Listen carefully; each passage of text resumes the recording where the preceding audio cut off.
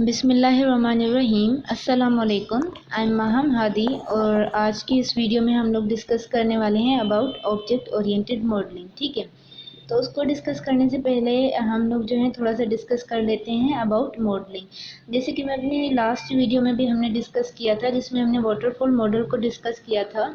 तो उसमें ये था कि मॉडलिंग जो है, अब जैसे हम लोग कोई भी काम करते हैं, ठीक है, अब हर काम को करने के लिए बहुत सारे हमारे पास तरीके होते हैं। हम डिफरेंट तरीक़ों से हम अपने काम को कर सकते हैं। ठीक है, जैसे कि हम लोग अपना कोई घर बनवा रहे हैं, ठीक है, तो हम उसके लिए क्या करते हैं, पहले से ही लेआउट बना लेते हैं दिमाग में कि कौन सा कमरा कहाँ बनेगा और कितने कमरे बनेंगे, या इस तरह से सारी चीज़ें जो हैं हम लोग पहले से एक व्यू जो है दिमाग में बना लेते हैं, जिसे हम कहते हैं लेआउट।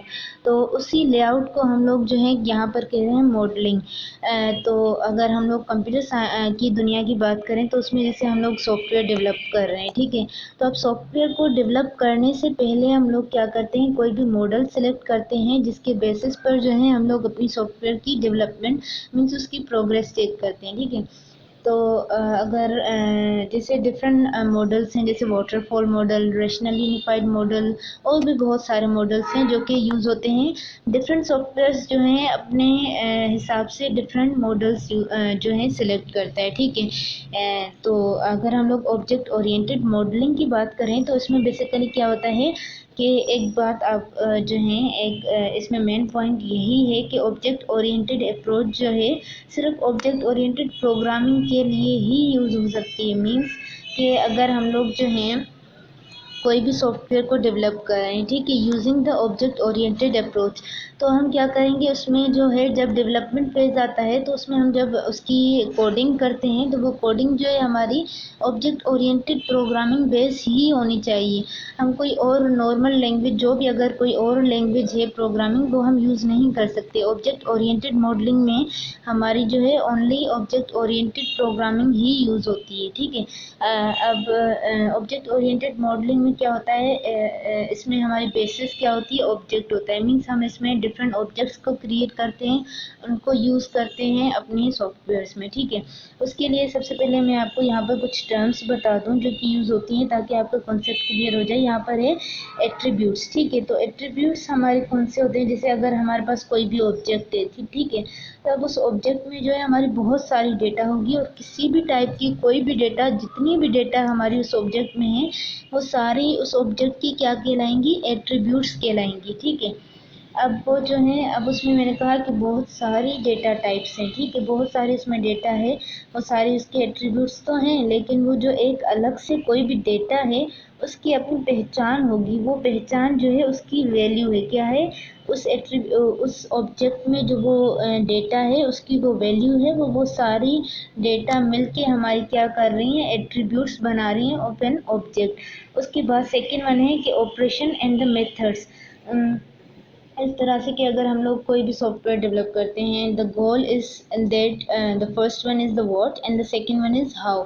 मीन्स अगर हमारा सॉफ्टवेयर हम डेवलप कर रहे हैं तो वो हमारा क्या फंक्शनैलिटी करेगा, उसकी फंक्शनैलिटी क्या है, वो सारी चीज़ें that comes into the context of what. और वो जब वो फंक्शनैलिटी कर रहा है, वो कौन कौन से उसके फीचर्स हैं, तो वो किस तरीके से करेगा, मीन्स वो उसकी फंक्शनैलिटी किस तरीके से होगी, वो that comes into the context of how, means methods is how and the operations is what।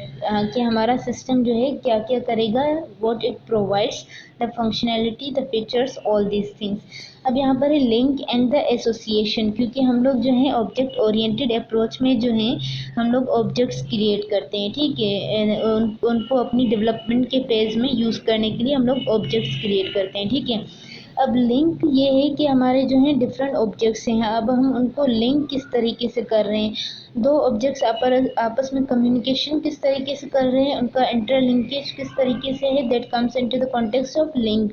और क्योंकि सिर्फ दो ही ऑब्जेक्ट थोड़ी है, हमारे पास बहुत सारे ऑब्जेक्ट अगर हैं, मीन्स किसी भी सॉफ्टवेयर के अगर बहुत सारे फीचर्स हैं, तो हम उस हिसाब से बहुत सारे उसके ऑब्जेक्ट्स बना लेंगे। Then the connection between object to object to object, जितने भी ऑब्जेक्ट्स होंगे उन सब का linkage that comes into the context of association.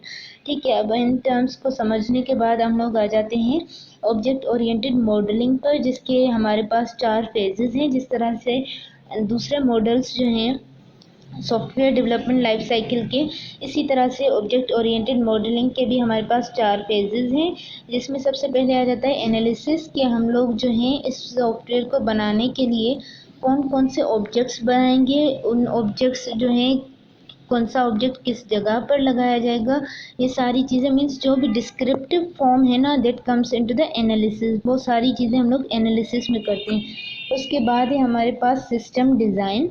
System design के हमारा सिस्टम जो है, जैसे मैंने बताया कि व्हाट मीन्स हमारा सिस्टम क्या करेगा, उसकी फंक्शनैलिटी क्या होगी, उसकी जो है फीचर्स वगैरह क्या होंगे, ठीक है।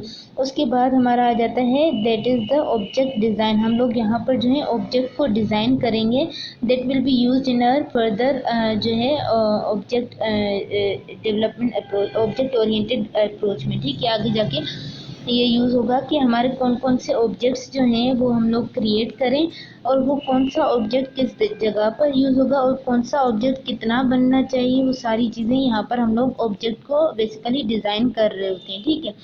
तो इम्प्लीमेंटेशन फाइनली हमारा ये सारी चीज़ें हैं कंप्लीट करने के बाद हमारी लास्ट में आ जाती है इम्प्लीमेंटेशन।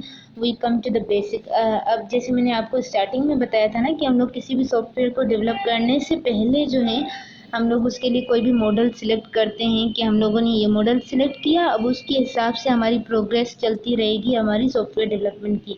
तो इसी तरह से इसमें भी हम लोग जो हैं किसी भी सॉफ्टवेयर को डेवलप करने के लिए अगर हमने ऑब्जेक्ट ओरिएंटेड अप्रोच ली है तो उसमें ये सारी चीज़ें, पहले एनालिसिस, सिस्टम डिज़ाइन, हमने ऑब्जेक्ट्स भी क्रिएट कर लिए, ठीक है। Then we come to the basic implementation of that.